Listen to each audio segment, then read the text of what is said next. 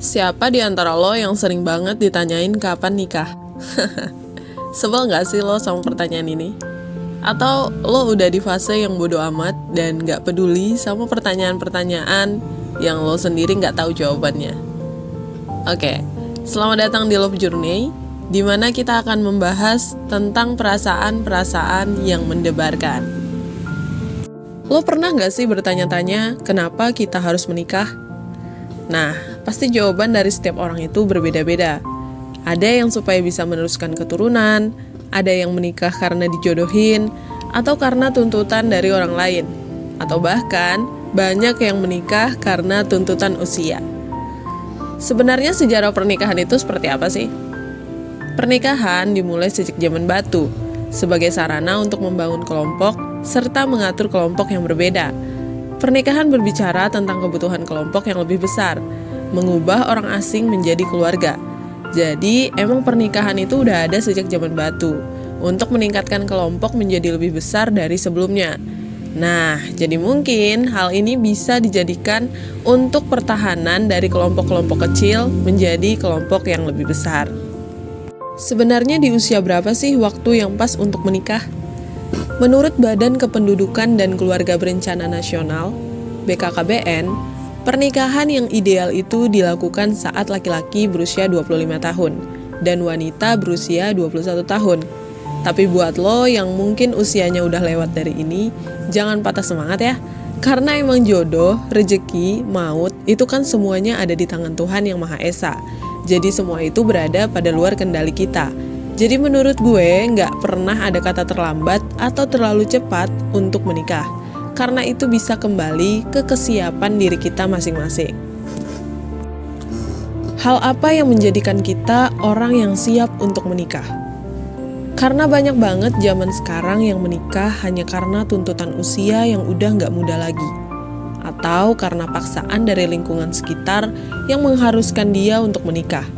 Padahal seperti yang kita ketahui, berdasarkan laporan statistik Indonesia tahun 2023, kasus perceraian di Indonesia mencapai 516.334 kasus pada tahun 2022. Jelas angka ini meningkat 15% dibanding tahun 2021 yang mencapai 447.743 kasus. Banyaknya kasus perceraian yang terjadi ini menjadikan angka perceraian tertinggi yang terjadi dalam 6 tahun terakhir. Hal apa yang menjadikan perceraian di tahun ini meningkat 15%? Yang pertama, karena pertengkaran dan perselisihan. Yang seperti kita ketahui, saat menikah kita harus sudah siap secara emosional untuk lebih mengendalikan emosi kita. Yang kedua, faktor ekonomi. Tidak menutup kemungkinan perceraian terjadi karena faktor ekonomi. Karena ketidaksiapan secara finansial inilah yang menyebabkan banyaknya perceraian dalam pernikahan. Yang ketiga, meninggalkan salah satu pihak. Nah, ini bisa menjadi pembelajaran penting mengetahui siapa dan kenapa kita memilih dia menjadi pasangan kita. Yang keempat, KDRT. Ingat nggak kasus yang sempat viral perihal KDRT? Banyak banget yang mungkin mengalami hal ini, namun tidak banyak juga yang memilih untuk berpisah. Tapi hal ini menjadi fokus penting untuk kita memikirkan apakah kita harus bertahan atau melakukan sebuah perpisahan. Yang kelima, mabuk. Ini mungkin menjadi sebagian kecil perceraian dalam pernikahan, tapi ini tidak bisa diabaikan dan dipungkiri menjadi penyebab dalam perceraian. Hal apa sih yang harusnya kita lakukan agar kita dikatakan siap untuk menikah? Yang pertama, dewasa secara fisiologis.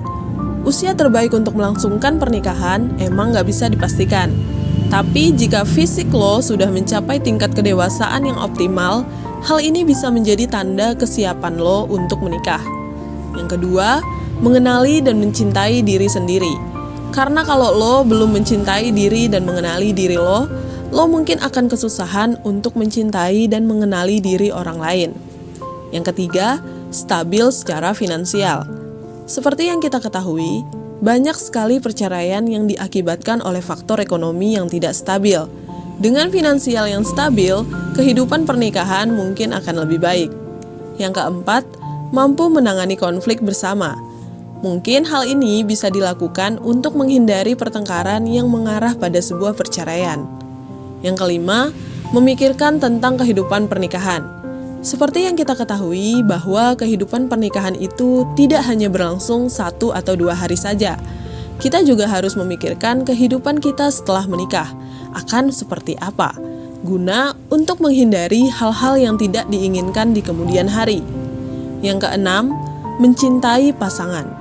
Mungkin ini dalam artian lo sudah harus menerima segala kekurangan dan kelebihan pasangan lo.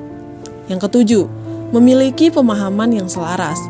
Hal ini dapat diartikan bahwa visi dan misi lo dalam pernikahan itu harus sama, agar menghindari perselisihan dan pertikaian dalam pernikahan. Yang kedelapan, menjaga komitmen. Hal ini dilakukan guna untuk menghindari dari kecenderungan untuk mengakhiri sebuah hubungan. Gue punya beberapa tips singkat buat lo dan pasangan lo yang mungkin akan melanjutkan hubungan ke jenjang yang lebih serius. Oke, yang pertama, kenali pasangan lo. Hal apa aja yang dia suka dan hal apa aja yang dia nggak suka. Begitu juga sebaliknya, lo juga harus paham hal apa aja yang lo cari dari pasangan lo. Supaya ketika lo menikah, lo nggak terlalu kaget dan punya ekspektasi yang terlalu tinggi buat pasangan lo. Yang kedua, sadari. Lo harus sadar kalau pasangan lo itu manusia yang tidak sempurna. Ada kalanya dia akan melakukan kesalahan atau hal yang mungkin lo nggak suka. Jadi, lo nggak bisa langsung ngejudge pasangan lo bukan orang yang baik hanya karena dia nggak sesuai sama keinginan lo. Yang ketiga, menerima. Lo harus sudah paham apa aja yang ada pada pasangan lo. Hal yang mungkin lo bisa terima apapun konsekuensinya. Jadi kalau lo masih ragu, lo mungkin bisa pikirin keputusan lo sekali lagi. Nah, setelah itu lo bisa tanya ke diri lo sendiri, apakah dia adalah orang yang sesuai dengan keinginan lo, atau seseorang yang bisa lo terima dan menerima lo dalam kondisi apapun. Kalau seandainya ada hal yang lo nggak suka dan lo pengen ubah, lo mungkin bisa obrolin ini lebih dalam sama pasangan lo, supaya setiap titik permasalahan yang ada dalam hubungan lo teratasi dengan baik. Oke, mungkin ini aja yang bisa gue sampaikan buat lo. Semangat ya, gue yakin lo bakalan dapet hal yang lebih baik ke depannya. Gue Iki dari Rubis Bin Official, and see you, bye!